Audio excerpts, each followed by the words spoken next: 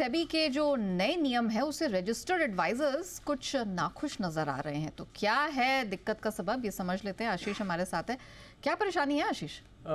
देखिए, काफ़ी सारे जो रजिस्टर्ड एडवाइजर्स हैं और रिसर्च एनालिस्ट हैं बड़े परेशान नज़र आ रहे हैं। दरअसल अगर आप देखें तो कंप्लायंस, एक तो रेगुलेटरी चेंजेस ऐसे हैं कि हर 2-3 महीने में कुछ ना कुछ नई नई गाइडलाइंस आ जाती हैं।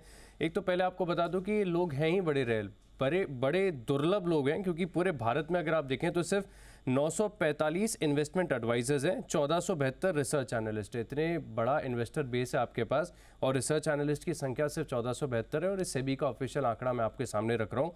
अब दिक्कत की बात यह है कि 8 जैन को कुछ नई गाइडलाइंस आई थी, और इस गाइडलाइंस में काफ़ी सारे नए रूल्स और जो प्रोसेस है, SOPs है, वो बताई गई थी। मिसाल के तौर पर अगर आप देखें तो कुछ डिपॉजिट की बात करी, यानी 150 से ज़्यादा अगर आपके पास क्लाइंट का बेस है तो 1 लाख रुपए का जो है डिपॉजिट आपके पास रखना पड़ेगा किसी सरकारी बैंक में, और 1000 से ज़्यादा क्लाइंट्स आपके पास हैं रजिस्टर्ड, तो ऐसे में 10 लाख तक के जो डिपॉजिट है वो आपको साइड में निकाल के रखने पड़ेंगे।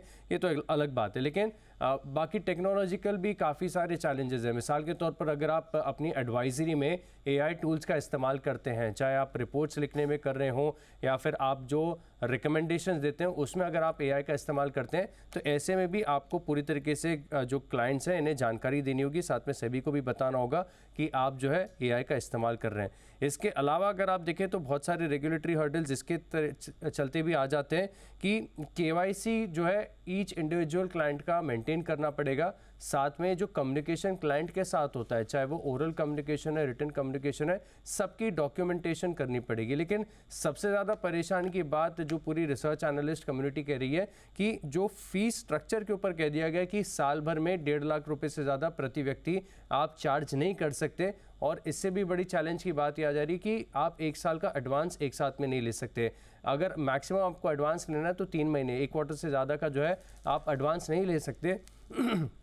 तो जिसके चलते कुछ एनालिस्ट ये बता रहे कि इसमें बड़ी समस्या है। अगर आप छोटी अवधि का पैसा लेते हैं तो छोटी अवधि में आपको परफॉर्म भी करना पड़ता है, और इसी के चलते अगर आप देखें तो जो रिकरिंग बार बार पेमेंट्स होते हैं, ये फॉलोअप करना अपने आप में एक बड़ा टास्क है। इसी को लेकर अगर आप देखें तो थोड़ी सी दिक्कत यहाँ पर नज़र आ रही है। तो क्लाइंट्स का, और साथ में अगर आप देखें तो जो एनालिस्ट हैं वो भी कह रहे हैं कि ऐसे में हो सकता है कि जो अनरजिस्टर्ड लोग हैं, टेलीग्राम पे फर्जी ग्रुप चलाते हैं, इनको ज़्यादा बढ़ावा मिलेगा। भाई, तो ये कम्युनिटी जो है पूरी करे तो करे क्या? एग्जैक्टली ज़्यादा रूल्स और रेगुलेशंस के बीच नहीं, और पता भी नहीं चलता ना कि आप फेक को ओरिजिनल से आप कैसे निकालें। हम अक्सर हमारे चैनल पे भी जैसे अनिल जी के टेलीग्राम चैनल्स की डिटेल चला देते हैं या तो उसमें भी काफ़ी दिक्कतें आ जाती हैं। बिल्कुल, एक बार अब राय ले लेते हैं। हमारे एक्सपर्ट्स का जो पैनल बैठा हुआ है उस पर कुणाल जी, राकेश जी, सुमित जी सब बैठे हुए हैं। ऐसा कोई राय देगा इस पर? सेबी ने जो हाल फिलहाल में इतने नियम गाइडलाइंस जारी की हैं, बंसल जी नए नियमों से खुश तो नहीं है, क्या आपने भी इस तरह की कुछ दिक्कतें फेस की हैं? कुणाल जी, राकेश जी बोलिए। देखिए पूजा, मैंने ना काफ़ी साल पहले एक चीज़ सीखी थी, आप तो शायद मार्केट में भी नहीं होंगे। बदला बैन हुआ था, तब काफ़ी दिक्कत हुई थी, और तब मतलब कि मुकेश अंबानी जी को टीवी पे सुना था, उन्होंने बोला था policies are bound to change. आपको देखना है कि उस चेंज एनवायरनमेंट में आप क्या बेस्ट कर सकते हो। तो मेरे को तो ये लोग तो एसोसिएशंस भी बना रहे हैं, लोग भी इकट्ठे हो रहे हैं। I am here for long innings. जो पॉलिसी बन गई है हम तो उसी के अंदर काम कर रहे हैं। देखिए, 2 चीज़ें हैं, या तो खुशी खुशी काम कर लो या रोते रहो। तो I am here for a long innings, happily काम कर रहा हूँ। और रही बात फेक की, तो देखिए, तो मोस्ट पावरफुल बिजनेसमैन है विश्व के, वो हैं एलन मस्क। उनकी फोटो लगा के हीटर बेचे जा रहे हैं, उनको दिक्कत नहीं है। वो ट्विटर पे कभी भी नहीं लिखते हैं कि मेरी फोटो लगा के हीटर बेचा जा रहा है। ये तो ना एक व्यक्ति को देखना है कि वो झांसे में फंसना है कि नहीं फंसना है। ये fake Facebook, fake Instagram, fake Telegram हमारे भी बनते हैं, इसके पीछे कहाँ तक लगे रहेंगे। और Neha, you would be shocked, मतलब कि ये फेक के चक्कर में मैंने एजेंसी हायर करी और मेरा खुद का फेसबुक मतलब कि ओरिजिनल वेरीफाइड प्रोफाइल ब्लॉक हो गया है। तो जब जो मोस्ट पावरफुल बिजनेसमैन है उसको दिक्कत नहीं है, उसकी फेक प्रोफाइल बना के हीटर बेचे जा रहे हैं, तो एक एनालिस्ट को तो छोड़ देना चाहिए और शांति से काम करना चाहिए। और ये एक व्यक्ति के ऊपर है जो एबनॉर्मल रिटर्न के चक्कर में फेक के झांसे में फंसता है। ये तो हर कदम पे मिलेगा, इसको हम नहीं रोक सकते। ओके, चलिए कुणाल जी, आप कुछ ऐड करना चाह रहे थे सर? देखिए, मैं नेहा पूरी तरह सहमत हूँ। जो बात अभी आशीष बता रहे थे कि देखिए रेगुलेशन काफ़ी है, और ऐसे में देखिए क्या है कि इससे काफ़ी लोग डिस्करेज होते हैं। जो बात बंसल जी कह रहे हैं वो भी बिल्कुल अपनी जगह सही है कि देखिए नियम लगातार बदलते रहते हैं, नियमों के साथ ही बदलते रहना पड़ेगा और उन्हीं के साथ चलना पड़ेगा। और नियम अच्छे हैं, अगर नियम आते हैं तो उससे क्या है कि सब कुछ रेगुलेटेड होता है, सब कुछ ट्रांसपेरेंट होता है। लेकिन इसकी फ्रीक्वेंसी जो चेंजेस की है वो ज़्यादा है और थोड़े रूल्स भी इस तरह के हैं कि बहुत ज़्यादा कड़ाई है। तो मैं इस बात में सहमत हूं कि भाई थोड़ा सा इसको और बेहतर करना चाहिए इन्वायरमेंट को, तो ज़्यादा लोग इसमें पार्टिसिपेट करेंगे और देश में और रिसर्च एनालिस्ट की ज़रूरत है, इसमें कोई डाउट नहीं। आपको भी कुछ आपत्ति है ये नए नियमों से? कुछ एडवाइस आप फ्लोट करना चाहेंगे? सवाल है राइट नेहा?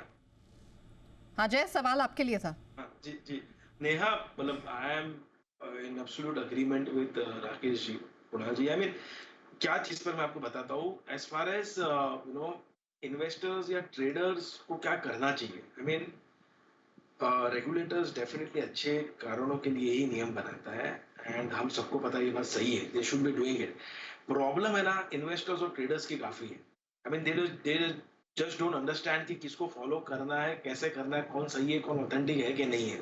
किसी को भी पैसे दे देते हैं एंड देन जब डूब जाते हैं तब जाते हैं सेबी के पास और पुलिस के पास। So I don't know why with their hard earned money they are before investing or taking the advisory services, they are not actually trying to validate कि authentic person है कि नहीं है। I mean I'm sure कि जितने भी लोग panel में हैं और नहीं भी है, सबको एक क्वेरी आती रहेगी, आपको भी आती रहेगी कि भाई आपको हमने देखा मगर आप नहीं है, पहले क्यों नहीं देखा। So that's the problem mainly with investors and traders. I think इनको सिखाने के लिए आपको बहुत सारी ऐड करनी पड़ेगी और इन्वेस्टर्स और ट्रेडर्स के लिए आपको कुछ एजुकेशन माध्यम से आपको कुछ करना पड़ेगा, rather than just bringing on too many changes are okay fine, but इनको सिखाने के लिए कुछ करो, अदरवाइज तो ये प्रॉब्लम सॉल्व होगी नहीं, because traders and investors they just don't understand कि कैसे वैलिडेट करें। ये बात तो सही है। मतलब बेसिकली जितने भी अवेयरनेस प्रोग्राम अब तक हो रहे हैं उससे कहीं ज़्यादा अवेयरनेस फैलाने की ज़रूरत है, वरना ये एक तरह का ऐसा विशियस सर्कल है जो कभी ख़त्म होने का नाम ही नहीं लेगा। चोपड़ा सर, क्या लगता है क्या करने की ज़रूरत है?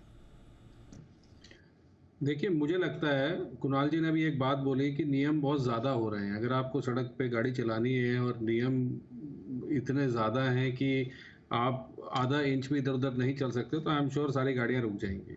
तो पर्पस क्या है? यहाँ पे एफआईआई जा रहे हैं, किसी को कोई चिंता नहीं है, उस पर सेबी नहीं बोल रही है, उस पर फाइनेंस मिनिस्टर नहीं बोल रहे हैं, फाइनेंस मिनिस्ट्री नहीं बोल रही है। बाजार में हाहाकार मची हुई है पिछले सितंबर अक्टूबर से, कोई इस पे डैमेज कंट्रोल पे बात नहीं कर रहा। आपने एफएनओ के काफ़ी चीज़ें बंद करी, वो तो मैं भी सपोर्ट करता हूँ कि बहुत ज़्यादा सट्टा हो रहा था। तो बेसिकली क्या हो रहा है कि देखिए, काफ़ी कुछ डिपेंड करता है इंडिविजुअल इन्वेस्टर पे भी, वो अपनी रिसर्च करें, इसमें कोई गलत नहीं है। अगर आप एक पेन भी लेते हैं 5 रुपए का, आप उसको चला के देखते हैं, तो आप बिल्कुल जिस भी व्यक्ति के साथ जुड़ रहे हैं, जिस एनालिस्ट के साथ जुड़ रहे हैं, आप उसका रिसर्च करिए, पता लगाइए, उसका बैकग्राउंड चेक करिए, वो आप इंडिविजुअल लेवल पे करें। मगर क्या होता है कि आप अगर रेगुलेशन ला के पूरा का पूरा जो टेम्परामेंट है, जो टेम्पो है, वो अगर ख़त्म कर देंगे तो लोग क्यों रिसर्च एनालिस्ट का पेपर देंगे, क्यों रिसर्च एनालिस्ट बनेंगे? वो कहेंगे कुछ और ही कर लेते हैं।